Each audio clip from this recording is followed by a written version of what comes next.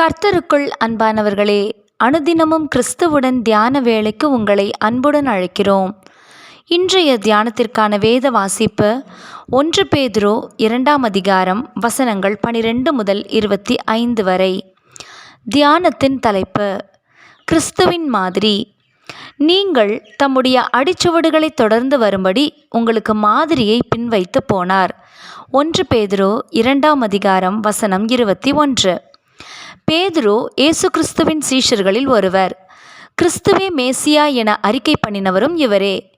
பின்னர் இயேசுவை நான் அறியேன் என்று கிறிஸ்துவை மறுதலித்தவரும் இவரே. ஆனாலும் உயிர்த்தெழுந்த இயேசு தாம் பரத்திற்கு எடுத்து கொள்ளப்படுவதற்கு முன்பாக தமது ஜனத்தை வழிநடத்தும் மேய்ப்பனாக அழைத்ததும் இந்த பேதுருவையே. பெந்தைகோஸ்தே நாளிலே பரிசுத்த ஆவியால் நிரப்பப்பட்ட பின்பு கிறிஸ்துவுக்கு உத்தம சாட்சியாக விளங்கியதும் இதே பேதுருதான்.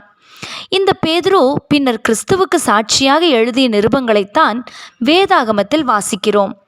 இவற்றுள் முதலாம் நிருபத்தை பேதுரு 2 நோக்கங்களோடு எழுதினார் என்று வேத அறிவியலாளர்கள் தெரிவித்துள்ளனர். 1. விசுவாசிகள் இந்த உலகத்தை ஆவிக்குரிய கண்ணோட்டத்தோடு பார்க்க வேண்டும். 2.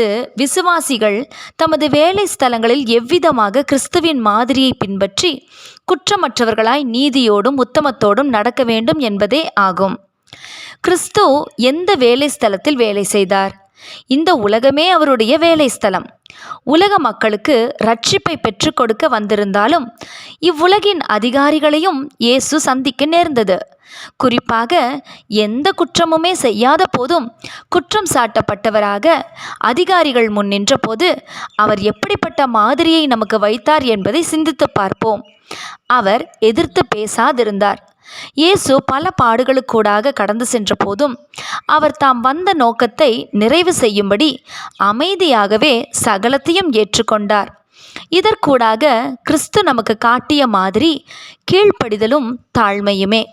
பிரியமானவர்களே, இந்த கீழ்ப்படிதலும் தாழ்மையும் நமது வாழ்வில் உண்டா?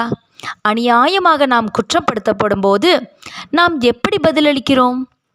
கிறிஸ்துவின் பிள்ளைகளாக பல்வேறு வேலை ஸ்தலங்களில் நாம் வேலை செய்யும்போது அதிகாரிகள் கொடுக்கும் அழுத்தம், சக ஊழியர்களின் எதிர்ப்பு, எரிச்சல், பொறாமை, உதவியற்ற நிலைமை போன்றவற்றுக்கு நாம் முகம் கொடுத்து பல பாடுகளுக்கூடாக கடந்து செல்கிறோமா?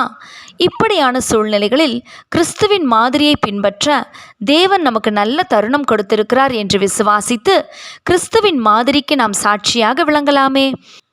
அதற்கான தேவ பலம் வேண்டி இந்நாளிலே நம்மை ஒப்புவிப்போமா?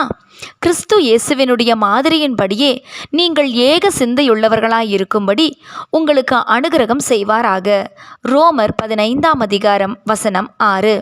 ஜெபம் செய்வோமா?